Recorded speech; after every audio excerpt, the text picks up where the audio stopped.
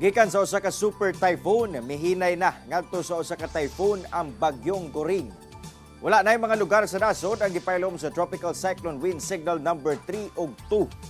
Apan nagpabilin ang Wind Signal number 1 sa Batanes, Babuyan Islands, northern ug eastern portion sa mainland Cagayan, eastern portion sa Isabela, northern ug central portion sa Aurora, Polillo Islands. Signal number 1 sab ang northern ug eastern portion sa Camarines Norte, lakip ang Calaguas Islands, northeastern portion sa Camarines Sur ug northern portion sa Catanduanes.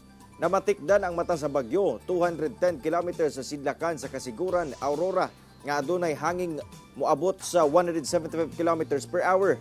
Base sa forecast sa Pag-asa nga magpadayon ang bagyong Goring sa iyang looping track o patuyok samtang ana sa Philippine Sea. Ugma, posibleng muliko na kini pa northwest nga direksyon hangtod nga moagi sa o maglandfall sa Batanes adlaw nga Miyerkules. Sa adlaw sab nga Miyerkules, posibleng mosulod sa par ang usa pa ka bagyo nga tawagong Hana. Sa karon usa pa kini ka tropical depression nga namatikdan sa galayong 2,290 km sidlakan sa Northern Luzon. Aduna kini kusog sa hangin nga moabot sa 45 km per hour.